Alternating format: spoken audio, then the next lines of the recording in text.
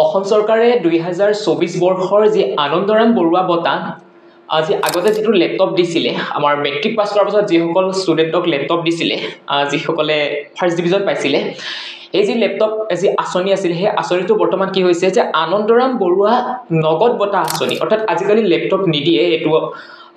maybe 2020 বৰ্ষৰ পৰা এটো আসলতে ল্যাপটপ দিয়াটো উঠাই দিছে এতিয়া কি দিয়ে নগদ ধন দিয়ে আৰু হেতু যেটো 2024 বৰ্ষৰ যি আনন্দৰাম বৰুৱা নগদ বঁটা আঁচনি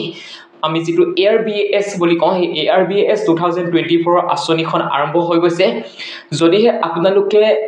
SSLC অৰ্থাৎ আমি যেটো মেট্ৰিক পৰীক্ষা বুলি কওঁ যদিহে আপুনি SSLC 2024 পাস কৰিছে আৰু পাস কৰা যেটো এলিজিবিলিটি মই পিছত কৈ আছো যদিহে আপুনি পাস কৰিছে তেন্তে আপুনি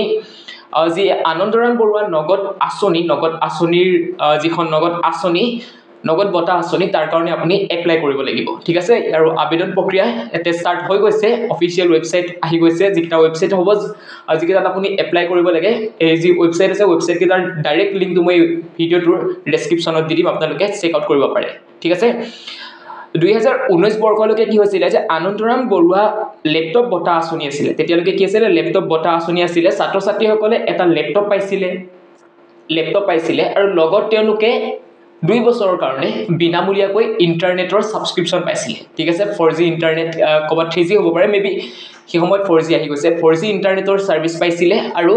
তাতে তেওঁলোকে কি পাইছিলে NCERT পাঠ্যক্ৰমটো পাইছিলে আৰু নিজে যেটো ষ্ট্ৰীম হয় অৰ্থাৎ মেট্ৰিকৰ পিছত যেহেতু হয় গতিকে উচ্চতৰ মাধ্যমিকৰ হয় আৰ্টস সায়েন্স বা কমাৰ্চ নিজৰ ষ্ট্ৰীমৰ তেওঁলোকে কি পাইছিলে তাতে সাবজেক্ট ওয়াইজ কিবা PDF হক বা কোর্স কিনি পাই গৈছিলে ঠিক আছে আৰু 2020 বৰ্ষত কি কৰিলে এটো ল্যাপটপৰ হলনি ইয়াতে কি কৰিলে নগদ বঁটা দিয়া যেটো পদ্ধতি নগদ বঁটা দিয়া এটা আঁচনি লৈ দিলে আৰু 2020 বৰ্ষত দিছিলে 20000 কৈ টকা ছাত্ৰ ছাত্ৰীসকলক আৰু এইবাৰ অৰ্থাৎ 2024 যেটো আমাৰ SSLC এক্সাম কন্ডাক্ট হৈ গৈছে ৰিজাল্ট দিছে এটা ক্লাছ চলি আছে সেই ষ্টুডেন্ট খিনি সকলৰ কাৰণে 2024 বৰ্ষত কি কৰিছে আনন্দৰাম বৰুৱা নগদ আঁচনি ইয়াতে আবেদন প্ৰক্ৰিয়া আৰম্ভ হৈ গৈছে 15000 কৈ টকা বেংকত ট্ৰান্সফাৰ কৰিব ঠিক আছে এবাৰ নগদ ধনৰ পৰিমাণ হৈছে 15000 টকা আৰু এটা শিক্ষাগত অৰ্হতা বুলি ক'বলৈ গ'লে আপোনালোকে সেবাই যেটো পৰীক্ষা কন্ডাক্ট কৰে অৰ্থাৎ আমাৰ বেছিভাগ ষ্টুডেন্টে সেবাৰ থাকে যিসকলে NCERT অৰ্থাৎ CBSE হয় তেওঁলোকে নহয় সেবা অৰ্থাৎ সেকেন্ডাৰী যি board of secondary education Assam সেবাই যেটো 2024 বৰ্ষৰ SSLC এক্সাম কন্ডাক্ট কৰিছিলে হেতু যদিহে আপুনি মনত ৰাখিব যদিহে আপুনি ষ্টাৰ মাৰ্ক অৰ্থাৎ 75% যদিহে আপুনি পাইছিলে তেনেহলে আপুনি এই আঁচনিখন অৰ্থাৎ এই বঁটাটোৰ বাবে আনন্দৰাম বৰুৱা বঁটাটোৰ বাবে এপ্লাই কৰিব পাৰে আৰু এটো এপ্লাই কৰিবৰ কাৰণে আপুনি 2024 বৰ্ষৰ হাই স্কুল শিক্ষান্ত পৰীক্ষাত পাছ কৰা হ'ব লাগিব এটো আপুনি 2023 চন কৰিলে নহব কাৰণ 2023 চনৰ যেটো বঁটা অলৰেডি তো দিয়া হৈ গৈছে 2023 চনত এটা 2024 বৰ্ষৰ যেটো হাই স্কুল শিক্ষান্ত পৰীক্ষা অৰ্থাৎ মেট্ৰিকৰ যেটো ৰিজাল্ট দিছিলে তাত যদিহে আপুনি এতে মেল ফিমেল বুলি কথা নাই যদিহে আপুনি 75% মাৰ্কস পাইছে তেনেহলে আপুনি আনন্দৰাম বৰুৱা বঁটাৰ কাৰণে অনলাইন এপ্লাই কৰি দিব লাগিব ঠিক আছে আৰু অনলাইন এপ্লাইৰ যেটো লিংক হয় লিংকটো মই ডেসক্ৰিপচনত দি দিম আৰু ইয়াতে কৈছে ইয়াতে আপোনালোকে কিছুমান ডকুমেন্ট আপলোড কৰিব লাগিব যেতিয়া আপোনালোকে এপ্লাই কৰিব আৰু তাতে ডকুমেন্টস খিনি হৈছে কি SSLC সাৰ্টিফিকেট আৰু মাৰ্কশিট অৰ্থাৎ আপোনাৰ যেটো SSLC ৰ অৰিজিনাল সাৰ্টিফিকেট আৰু মাৰ্কশিট আপোনালোকে স্ক্যান কৰি আপলোড কৰিব লাগিব আৰু এটো PDF ফৰমেটত হ'ব লাগিব এটো JPG নহব আপোনালোকে PDF ফৰমেটত কৰিব যদি আপোনালোকে মোবাইলত কৰে এডব স্ক্যানত কৰিব পাৰে যদি আপোনালোকে ইন্টাৰনেট কেফে যদি আপোনাৰ CSC চেণ্টাৰত গৈ কৰে তেতিয়া আপোনালোকৰ PDF ফৰমেটত কৰি দিব যদি আপুনি মোবাইলৰ পৰা কৰিম বুলি ভাবিছে তেনেহলে আপোনালোকে এডব স্ক্যান ইউজ কৰিব পাৰে বা এনেকুৱা স্ক্যানাৰ পাই যাব যত আপোনালোকে PDF সেভ কৰিব পাৰিব নেক্সট আপোনাৰ লাগিব front page of bank passbook অৰ্থাৎ আপোনাৰ যেটো বেংক পাসবুক বেংকৰ যেটো পইচাটো 15000 যেটো পইচা হ'ব হেতু পইচাটো বেংকত আপোনাৰ ট্ৰান্সফাৰ কৰিব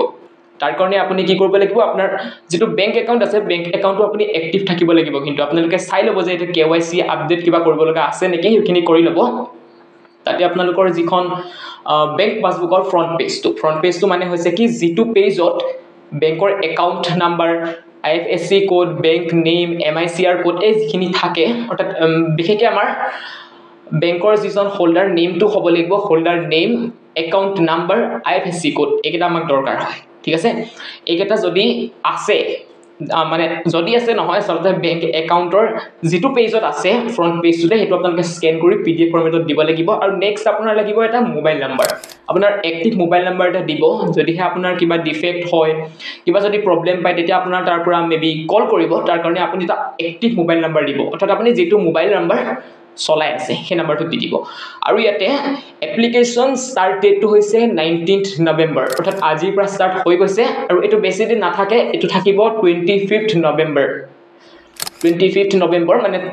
25 নৱেম্বৰলৈকে 25 নৱেম্বৰ 2024 লৈকে এটো থাকিব আপোনালোকে একদিনত এপ্লাই কৰি লওক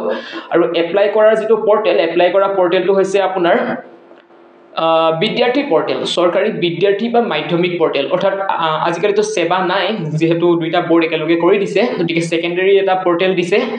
সেকেন্ডাৰী পোৰ্টেলটো অৰ্থাৎ মাধ্যমিকৰ যেটো পোৰ্টেল বা সৰকাৰি যেটো বিদ্যাৰ্থী পোৰ্টেল বুলি আছে বিদ্যাৰ্থী পোৰ্টেলত আপোনালোকে এটো অনলাইন আবেদন কৰিব পাৰে আৰু যি আবেদন কৰাৰ যি ডাইৰেক্ট লিংক হয় ডাইৰেক্ট লিংকটো ভিডিওটোৰ ডেসক্ৰিপচনত এতে দি থৈ দিম আপোনালোকে ডাইৰেক্ট চেক আউট কৰিব পাৰিব থ্যাংক ইউ